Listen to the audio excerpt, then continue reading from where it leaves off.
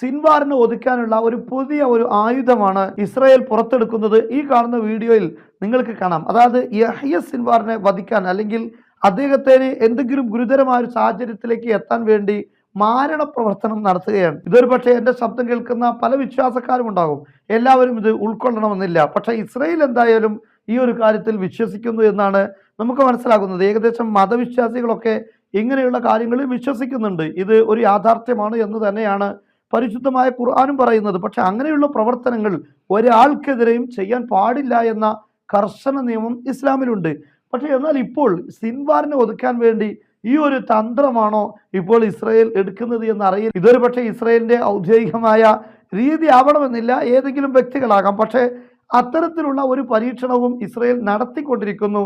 ഇതിനർത്ഥം എത്രമാത്രം വലിയ പ്രതിസന്ധിയാണ് ഈ വ്യക്തി ഇസ്രായേലിന് ഉണ്ടാക്കുന്നത് എന്നത് ഇതിൽ നിന്ന് നമുക്ക്